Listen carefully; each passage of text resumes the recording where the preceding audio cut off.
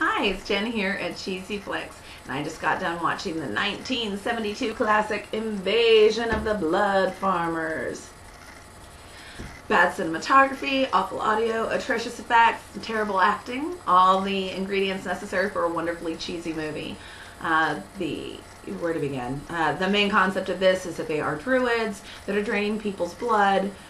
They're drinking it, and they are trying to awaken a queen who has been asleep for 300 years.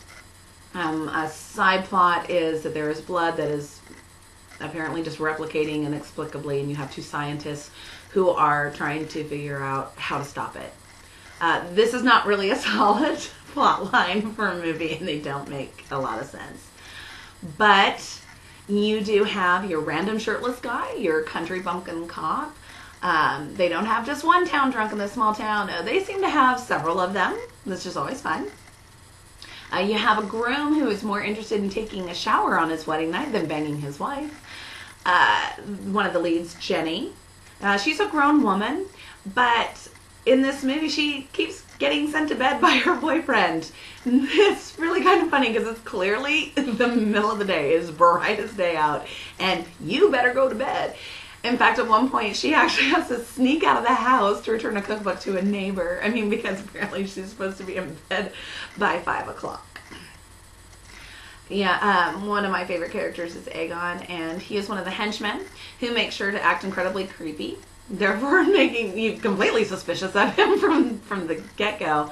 But what is most entertaining about him is that he's clearly a man in his late 30s who's walking with a bad limp, a cane, and for inexplicable reasons, they have grayed his eyebrows and hair. So I guess they want me to think he is much older, but there's really no reason for it. So I'm not really sure what that was about. It has just a lot of that cheesy factor. In one scene, the lighting and the color is so different that it actually looks like a completely different film is being used. I mean, so in one scene alone, like, it changed 4 times, so you have 4 completely different looks in the one scene. And they do this a couple more times at least in this movie, so it's really funny because it looks like a totally different movie in the middle of one scene alone. But it was actually an enjoyable film. As silly as it is, I always recommend watching these kinds of movies in a group setting, with wisecracking friends, because that just makes it that much more enjoyable. I actually would recommend checking this out. This is one of those ones that's actually pretty funny. So, if you just love bad, cheesy movies, this should definitely be on your radar. So, highly recommended.